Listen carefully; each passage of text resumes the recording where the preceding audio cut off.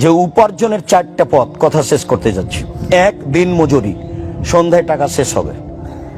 দুই, চাকরি, এটাও দিন মজুরি, এটা চাঁপাই নবাবগঞ্জের লোক করে। এদের টাকা শেষ হয় 25 তারিখে মোটামুটি, তখন 5 দিন ধার কর্জ করে চলে। এদের বাপ মা যদি বলে যে আব্বু একটু কিছু টাকা পয়সা দিবা, বাড়িতে খুব প্রয়োজন ছিল, বলে আম্মা এ মাসে তো হচ্ছে না, দেখি সামনে মাসে। তো সামনে মাসে জিনিসের দাম বেড়ে গেছে, তো একদিনও পারে না। এটা হলো 2 নম্বর পথ উপার্জনের। 3 নম্বর পথ হলো ব্যবসা। 3 নম্বর পথ হলো জমি চাষ। জমি চাষকে আল্লাহ রাসূল পছন্দ করলেন না। একবার বললেন যে এসব যন্ত্রপাতিতে ব্যবসা করলে মানুষের অন্তর শক্ত হয় আর মানুষ ভীরু হয়ে যায়, মাঠে যায় না, যায়, তবে পছন্দ করেননি। 4, এটা হলো ব্যবসা। তখন বললেন 2টা ভাগ, এক হলো পার্টনারে ব্যবসা।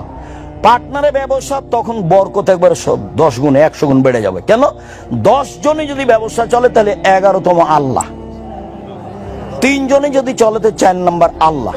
তো একটু যদি কথার 19-20 হয়, একটু যদি আরেকজনকে ফাঁকি দিয়ে 10 টাকা সরিয়ে নেয়, তখন আল্লাহ বলবেন ঠিক আছে তোমরা থাকো, আমি গেলাম।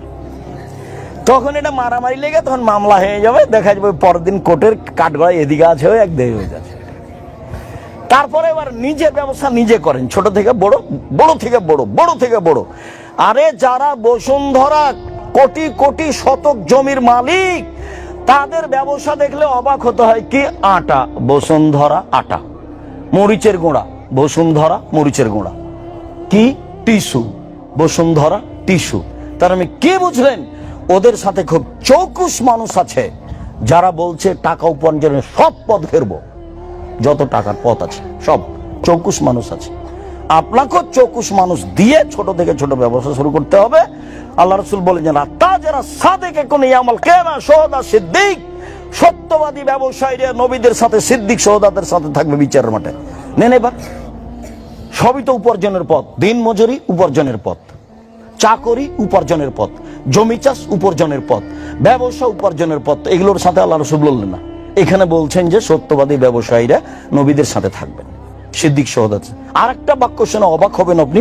এখন বলছেন দেখো, আর তিজারাত মাল কি যে বল হালাল, ব্যবসাতে অনেক সময় মিথ্যা কথা চলে আসে, কসম চলে আসে। ফাসুবহু সাদকা, দান করে এটা মিটিয়ে দাও, দান করে মিটিয়ে দাও। তাহলে পথ খুলে দিলেন। চীন জাপানের জিনিস কিনেছেন, ওটা বৈধ, ওইটা ঢাকা পর্যন্ত পৌঁছাতে যেখানে যেখানে টাকা লাগবে সেখানে দেন।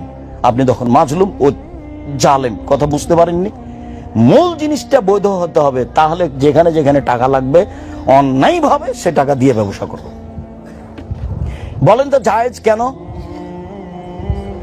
মূল জিনিসটা কি? বৈধ। মূল জিনিসটা বৈধ, ওইটা ঢাকা পর্যন্ত পৌঁছাতে আমাকে অনেক কি করতে হচ্ছে, গ্লানি বহন করতে হচ্ছে, সেটা দেন। আপনি তখন মাজলুম, ও তখন জালেম। আর মূল জিনিস যদি বৈধ না হয় তাহলে চলবে না। সবাই দানে অংশগ্রহণ করবেন, জামিয়া সালাফের জন্য মন খুলে দোয়া করবেন। কই তোমরা কি এসেছো? কোটা টোটা দেখছি না কেন? ও আচ্ছা, তা আমার কাছে যে নেওনি তো জি, জামিয়া সালাফের জন্য দোয়া করবেন। আমি আব্দুর রাজ্জাক বিন ইউসুফ আপনাদের জন্য দোয়া করি। আপনারা এত মানুষ এখানে এসেছেন, আমি আসলে কম ধরনের এটা করেছি। পরবর্তীতে জায়গা তো অনেক, আলহামদুলিল্লাহ, প্রায় 40 বিঘা ভেতরে জায়গা, আলহামদুলিল্লাহ।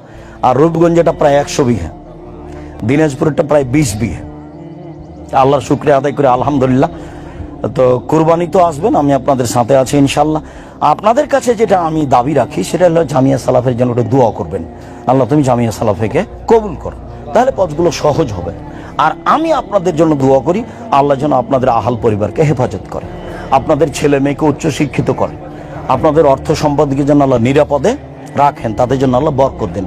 আমার দিনী বোনদেরকে সেটাই বলছি, আপনারা একটু সংসারকে ভালো করে গুছিয়ে নেওয়ার চেষ্টা করবেন, স্বামীকে মেনেই চলবেন, ছেলেদের উপরে শক্ত হবেন, তারা যেন 5 ওয়াক্ত সালাত আদায় করে। সকলের কল্যাণ কামনা করে আপাতত আজকের মতো কথা এখানে শেষ করলাম। সুবহানাকাল্লাহুম্মা ওয়া বিহামদিকা, আশহাদু আল্লা ইলাহা ইল্লা আনতা, আস্তাগফিরুকা ওয়া আতুবু ইলাইক। আসসালামু আলাইকুম।